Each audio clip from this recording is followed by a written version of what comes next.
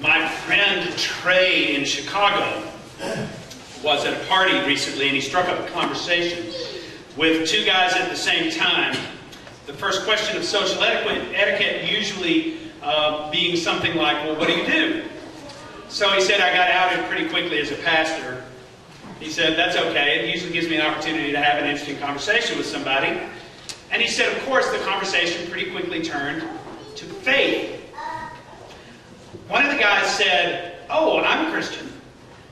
And as we talked, Trey said, he sounded pretty similar to me theologically and philosophically.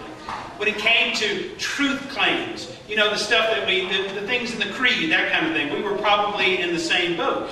He said, but when I asked him about his personal experience of God, his spirituality, he couldn't really talk about himself at all. His responses kept coming back to these platitudes about God and name drops of theologians that he thought Trey would be impressed with. He said it felt so flat. It felt so flat. It felt disconnected. I knew what he thought about God, but I couldn't get a sense of who he was, what he cared about. So after a few minutes of theologically correct bullet points, he said, I just got bored in the conversation. Now, Trey said, look, I understand people get nervous around pastors and they try to polish themselves up in whatever shiny way they need to. So I should probably give him the benefit of the doubt, but you know, I assume he's a pretty interesting person. I believe people in general are interesting, but it was such a contrast with the other guy who said to me, you know, I'm just not sure what I believe about God. And no offense, I'm definitely anti-religion. But when Trey asked him about his spiritual journey, he said he started talking humorously and honestly about how he had been addicted to crystal meth, and that how being knocked on his bum by that addiction had woken him up to what was important, the real possibilities of new life, of substance-free, real life. And in this new life, he said, my senses have come alive. I've started getting interested in music again. I'm aware of beauty. The guy said, I'm thinking of starting a nonprofit. He felt like he had some of the passion and some of the smarts for it, but not all the smarts he needed. He was wondering about how he could find people to partner with him. Trey didn't say this, but I can imagine the look on that guy's face. His face was lit up. There's a big smile on his face, passion in the eyes. Just big, happy. So Trey asked, which of these two guys do you think seems to be more in sync with God? I'm not asking which one God loves more. God loves them both deeply. And I'm not asking which one is more moral or better or nicer or smarter or more knowledgeable. I'm asking which one to you seems to be more spiritually conscious. The one who can talk about God in the Bible but not talk about himself? Or the one who knew himself deeply even though he had some doubts about God? For me, as I listened to it, I asked, which one is expressing a sense of spiritual joy? If you were going to apply the language of lost and found here, who seems to be lost?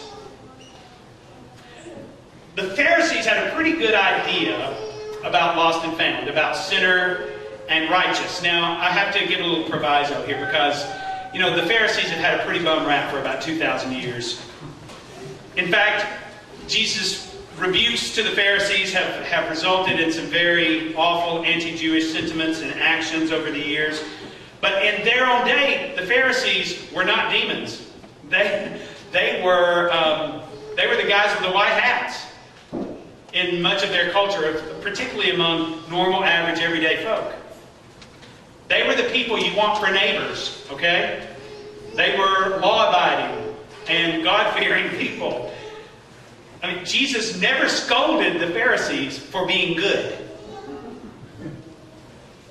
Jesus was upset that the only face of God that these righteous, wanted to show to the sinner was stern and angry, unwelcoming, or at best just to ignore them in their lostness. You know, Jesus, we're okay. We're okay with losing some people who don't believe what we believe or do what we do. But you know what your mama told you, Jesus. If you hang around with lost, you're going to get some lost on you. Jesus was hanging around with a sinful crowd. And by sinful, I don't mean people who just had, you know, an occasional little moral slip-up or whatever. A sinner, defined in these terms by Luke, means somebody who is habitual at this. They're a practicing sinner. They've got good at it. Okay? So Jesus was hanging around with sinners, and they loved Jesus. I mean, they were all buddying up with Jesus, taking selfies, posting them on Facebook. And the Pharisees were like, dude, what are you doing? You are totally ruining your reputation. We know what you did Saturday night, who you were with. You didn't look like a rabbi, you looked like a rabble. Because you see, there's this idea. Now, we don't have kind of high-tech audio visuals here, so I'm doing the best I can. Just go with me, okay? All right. All right.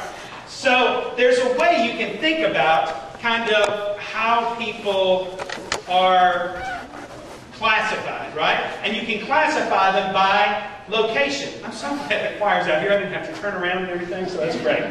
So you can think of this circle right here, and in the middle of the circle is God, right? And then there are people who are sort of inside the circle.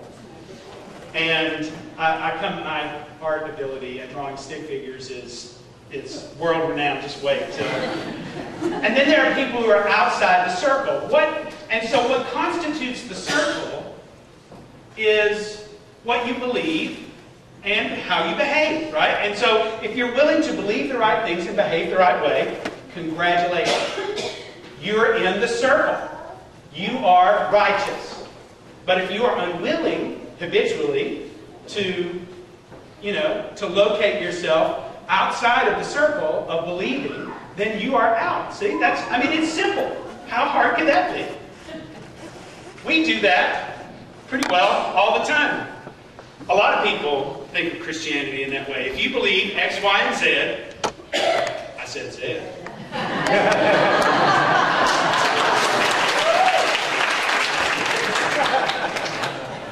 If you believe X, Y, and Z, and you do 1, 2, and 3, and do not do 4, 5, and 6, then you are in.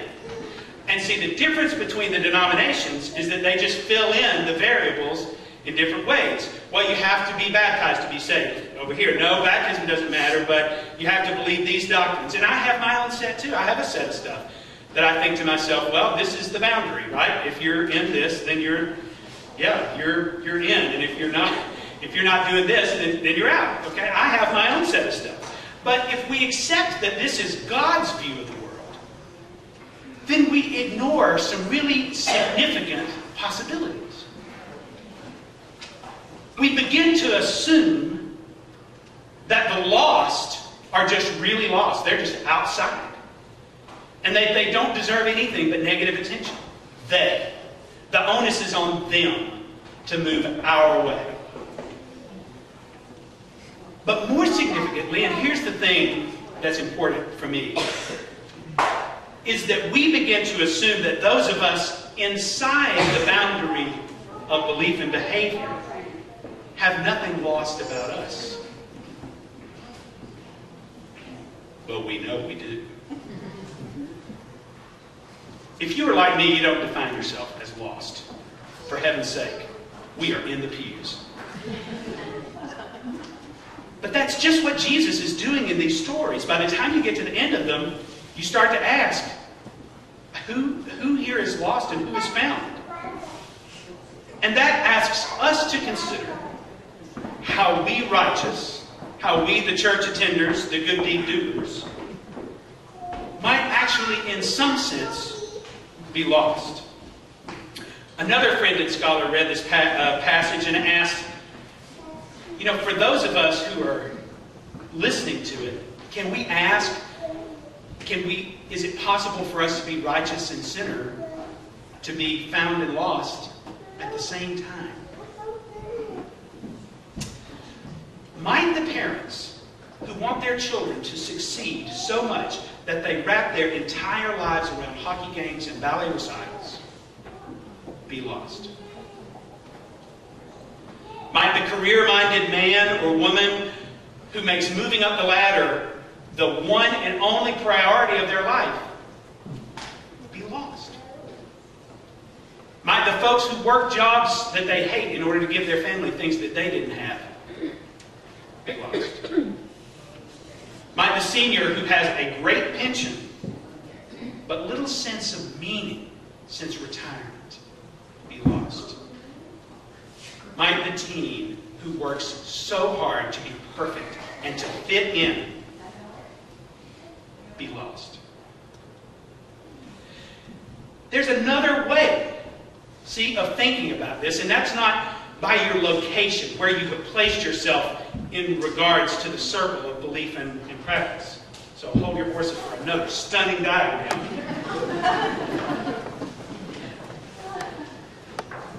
This is the diagram of direction. It's the same diagram. You have the same circle of belief and practice. But there's a little different notion. It's not all about where you are. It's about where you're aimed, where you're headed.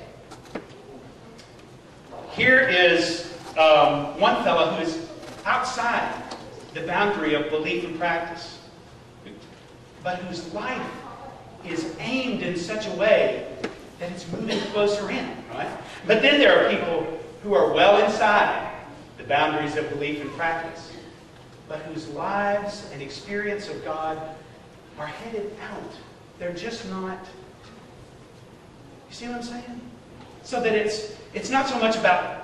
Lostness isn't so much about where you stand in this, but where you're aimed. That's what Jesus seems to be saying in these particular parables. Might those of us who work so hard in the church here in the fold, us found coins nestled safely in God's purse, might we with A's on our truth claim report cards and loads of volunteer hours, might we be among the lost? It is possible. When was the last time you had a spiritual eureka? When was the last time you had a hint in your life of a presence beyond what you can just see and touch and taste? A presence that seemed to be happy with who you are, no matter what you've done. If it has been a while, beautiful people, then perhaps, even in this location, you can feel like you are in a thicket alone. Like you've rolled under God's great refrigerator, there with the dust bunnies, wondering if there could be something more to this life of faith. Maybe the apathy that we sense sometimes in the church could be the result of losing those incredible stories of struggle and awakening, like the one that Trey was telling. That's the thing that seems to be compelling and energizing sometimes to people, those kinds of stories. Maybe depression is just the human spirit working hard for some kind of experience of joyful transcendence in a world that is so bored with itself that Miley Cyrus could entertain it.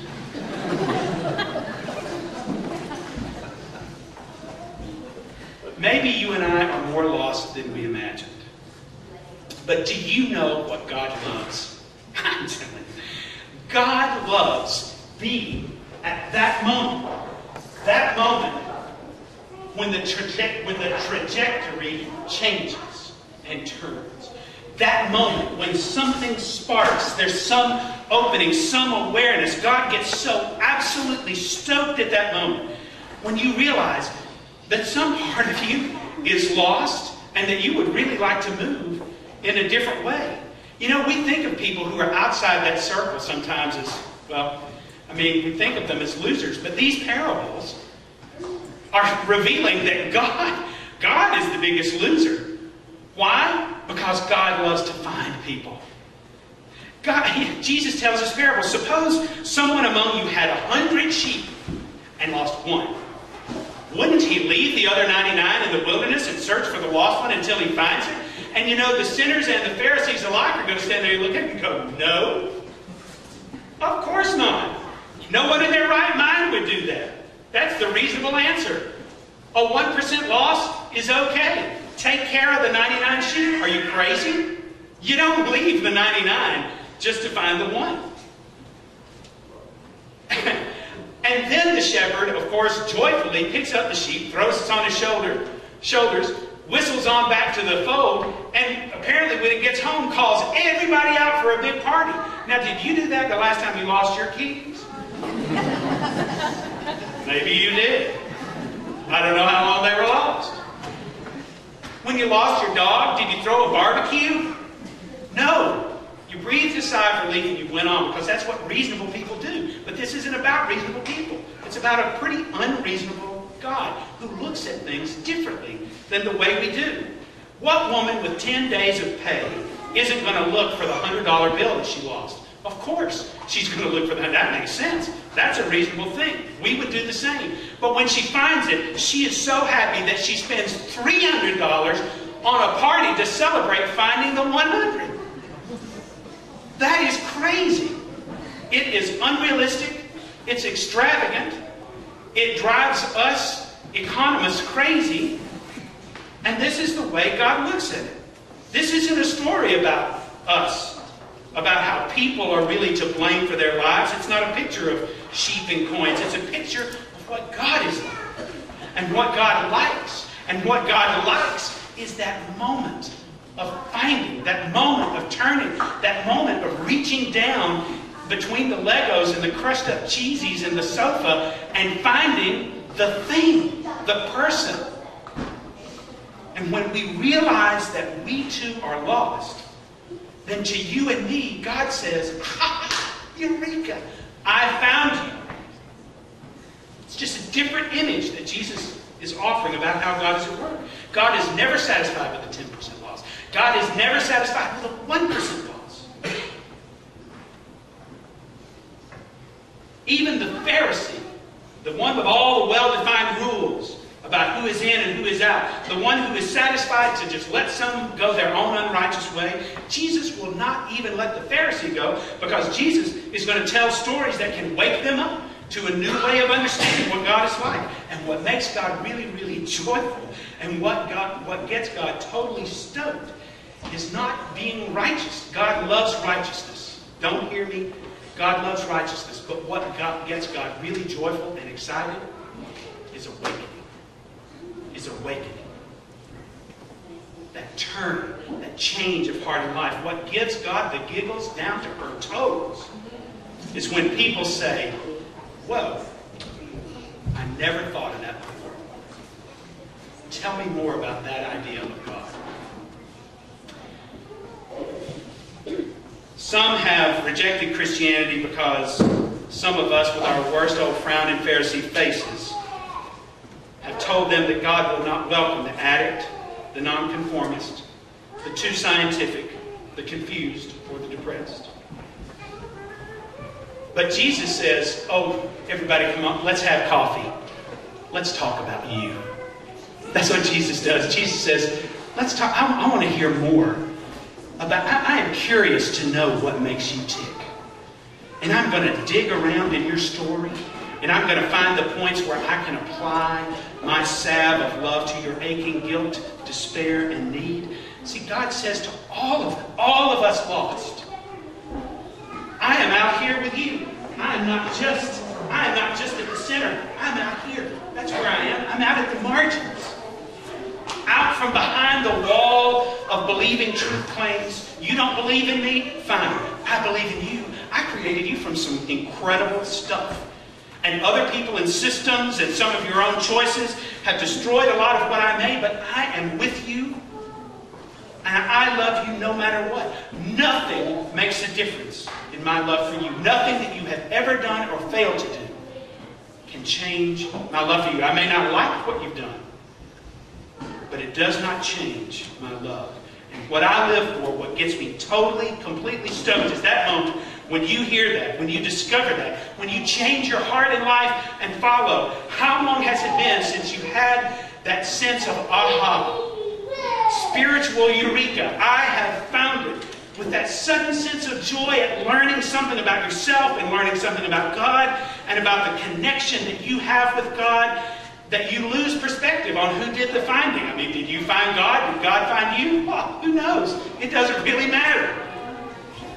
Do you want to grow a church? Then get curious about other people. That's what grows a church. People want to know that somebody's curious about who they are and what's going on in their life. You don't have to ignore people. You could ask them for coffee, ask them out for a beer, with no more agenda than just to be curious, listen to them. Tell me more about you. Wouldn't that be great? You can cry when they cry because you take a step to feel their pain. You could do that this week. You can look in your calendar and you can find an hour in there. You can do that. You can find that hour and just find somebody and just be present. Could that be God searching through the thickets, sweeping the floor? It could be. You could move outside of your well-traveled definitions of ministry and see God at work in some pretty and unlikely places. Look there at the cross. Out at the edges of the city. How lost is that guy? Talk about the biggest loser. Lost down in the dark crack between politics and religion. A truly insignificant person, a teacher who tried to claim a crown. What we didn't know is that far from lost, he was the finder. He was the one searching through the thickets that cover up your own headstone. The one that dug down through the dust of death before you even died all the way and brought you out alive. He is the finder. And he has slung you over his shoulders and he is smiling and laughing